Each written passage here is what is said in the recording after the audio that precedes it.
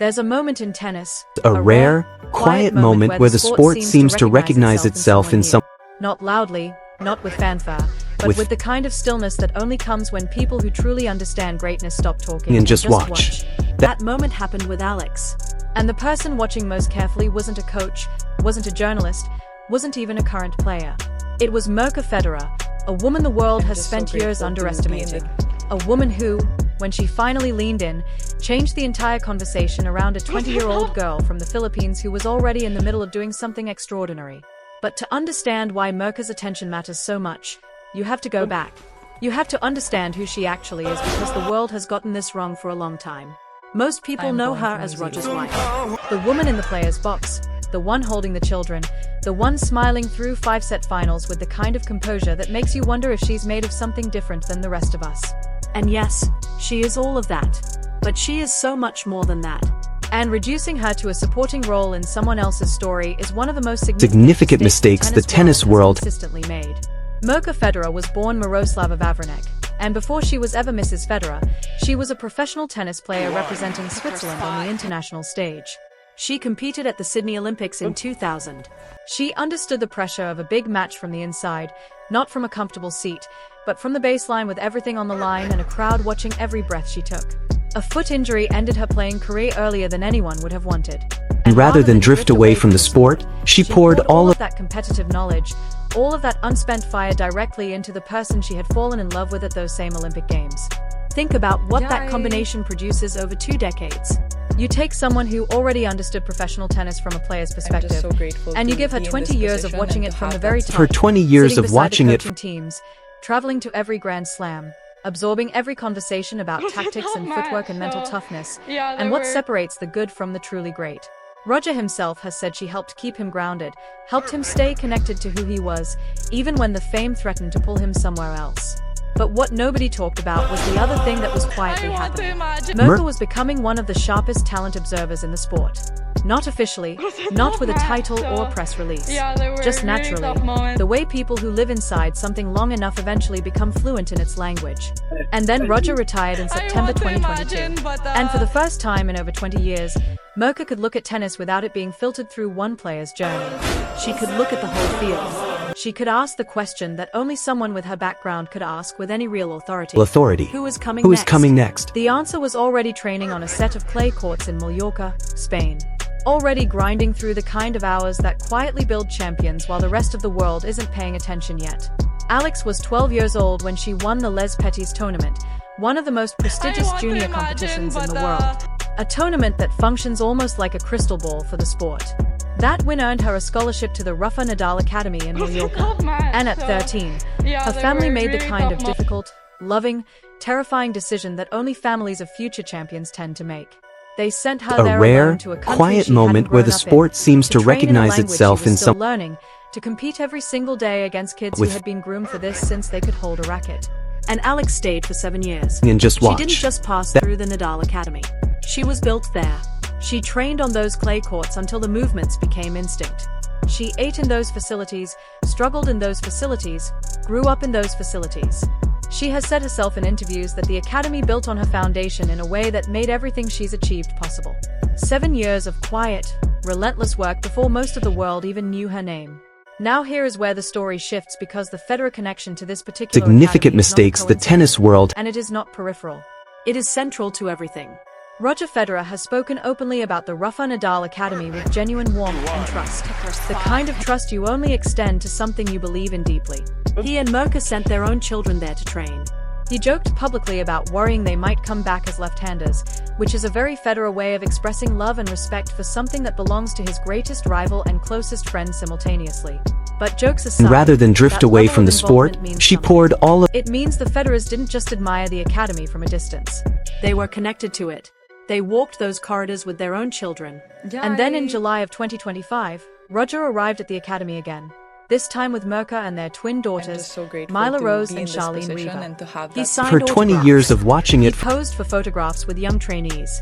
And Mirka was there for all of it, walking the same ground that Alex had walked for 7 years, standing on the same courts where Alex had built herself into what she was becoming. You have to sit with that image for a moment, because it matters more than it might seem on the surface. Mirka Federer, With all of her knowledge, all of her history, And rather than drift away from the sport, she poured all at the very top of this sport, standing in the place where Alex grew up. That is not nothing. That is a convergence of two worlds at the same address. And someone with Mirka's eye for the game does not walk through a place like that and feel nothing.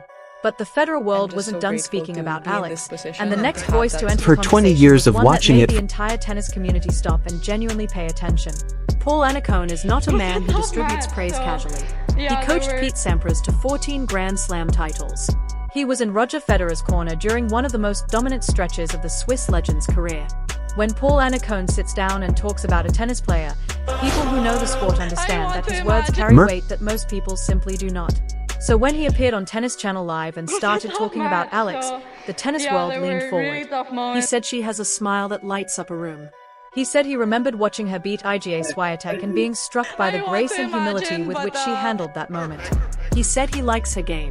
He talked about her hand-eye coordination, her ability to take the ball early, her capacity to redirect under pressure. And here is why those specific words matter so authority. much. Taking Who is the coming ball next? early, redirecting under pressure. Those are not general compliments. Those are technical observations of the highest order. The kind of language that a coach uses when A he has rare, watched greatness quiet up close moment for where the decades sport and is seems to beginning recognize its itself early in some signals in someone new. Grace and humility under pressure. Those are the exact qualities that were used to describe Roger Federer during his own and just rise. watch. And Annacone knew that better than almost anyone alive because he was there for it. The fact that he was reaching for that same vocabulary when talking about a 20-year-old from the Philippines was not accidental, and it was not lost on anyone paying close enough attention. Annacone doesn't exist in isolation. He talks to Roger. He moves in the Federer circle. And Mirka, who spent 20 years in the middle of the most sophisticated tennis conversations on the planet, would have heard every word of what he said. His praise came as Alex was preparing for her debut at Indian Wells as the 31st seed, having already beaten players like Donna Vekic and Jasmine Paolini in 2026. This wasn't a coach getting excited about potential. This was recognition of someone already delivering results at the highest level, already showing up when it mattered and winning. And when the coach of Roger Federer validates your player with that kind of specificity and that kind of warmth, the Filipino tennis community, one of the most passionate and loyal fan bases in all of sports, didn't just react, they erupted. Because that kind of validation from that kind of source isn't just a compliment. It feels like something closer to a coronation. But here is the part of Alex's story that sometimes gets buried under the celebrity connections and the famous names. And it is the part that deserves to be told loudly and clearly on its own terms. What she has actually done on a tennis court at 20 years old is staggering, and it would be staggering regardless of who was watching. She began the 2025 season ranked 143rd in the world. Then came Miami. As a wildcard entry, with no obligation on anyone's part to take her seriously, she walked into one of the biggest WTA 1000 tournaments on the calendar and did something that people who cover tennis for a living are still processing. She beat Iga Swiatek. A rare, quiet moment where the sport seems to recognize itself in some 3 Grand Slam champions in a row as a wildcard. And she did it without losing herself in the moment, without becoming someone different under the pressure, without forgetting who she was in the middle of something that would have broken a lot of players with far more experience. She called that Miami run the highlight of her career so far. She said everything clicked. She looked back at it and called it insane, which is the right word because it genuinely was. By the 2025 US Open, she was beating top 20 players and recording historic firsts for Filipino tennis. By March 2026, she was in the Miami Open round of 16, sitting at world number 29, still rising, still finding new ceilings to push through. And she carries all of it alongside something that most players her age simply don't have to carry. She represents an entire nation. Every time she steps onto a court, there are millions of people back home watching, hoping, investing something of themselves in her performance. Every upset, every main draw appearance, significant mistakes the tennis world reinforces something that matters beyond tennis.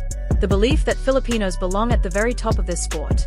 Alex has been honest about what that weight costs her. She has talked about the mental toll, the pressure, the process of learning to switch off from tennis mode and fill her cup from something outside the game so she can come back to it whole. That level of self-awareness, that kind of emotional intelligence at 20, while carrying a nation, while competing against the best players in the world. And rather than drift away from the sport, she poured all of sit up straight and pay attention. Which brings us back to Mirka. Because here is the thing about people who have spent their lives around excellence at the highest level. They don't stay quiet when something genuinely rare walks into the room. Silence in those moments isn't neutral.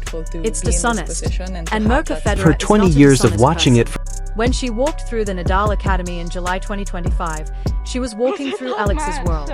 She was standing on the courts that had shaped a player who had already beaten 3 Grand Slam champions as a wildcard, who was already representing an entire country with grace and composure, who was already being talked about by the man who coached her husband as someone with a game worth paying close attention. Rather than drift away from the sport, she poured all to make absolutely sure all the right circles were closing. Rafael Nadal himself returned to the court after a year away and chose Alex as his practice partner. His first session back after 12 months, he chose her, and his caption afterward was warm and genuine, saying it was great to be back and great to practice with her. For 20 years of watching it. The academy the Federers visited, the courts Mirka walked, and now Nadal, Roger's greatest rival and closest friend, choosing Alex as the person he trusted to help him find his way back. There is a through line running through all of this, and it leads directly to her. Former player Alison Risk-Amritra was once asked if she could think of another woman in tennis who receives the same kind of support that Alex gets wherever she goes. Her answer was straightforward. No, not to this extent. And she said the ceiling Alex has is that much higher. The ceiling that Mirka Federer, with 20 years of watching legends build their legacies from the inside, can see as clearly as anyone alive. Mirka didn't hold a press conference. She didn't post a statement. She didn't send a formal message of support. She did something more powerful than any of those things. She showed up. Authority. She walked the Who is carts. coming next? She let her presence in Alex's world mean something. And in the language of people who understand what presence communicates in tennis, that means everything. So here is where all of this lands, and it is bigger than one story about one visit to one academy. This is about tennis recognizing itself in a new rare, generation. quiet moment where the sport seems to recognize itself in some. The sharpest observer in her husband's corner, who spent 2 decades understanding what greatness actually requires, looking at a 20-year-old from the Philippines and seeing something so clear and so undeniable that silence became impossible. The real question now, the one worth sitting with and debating and coming back to in a few years when the answer is obvious in hindsight, is Alex already a legend in the making? Or is the world still not fully grasping how high her ceiling actually goes? Drop your answer in the comments because in 10 years you are going to want to have been one of the people who called it.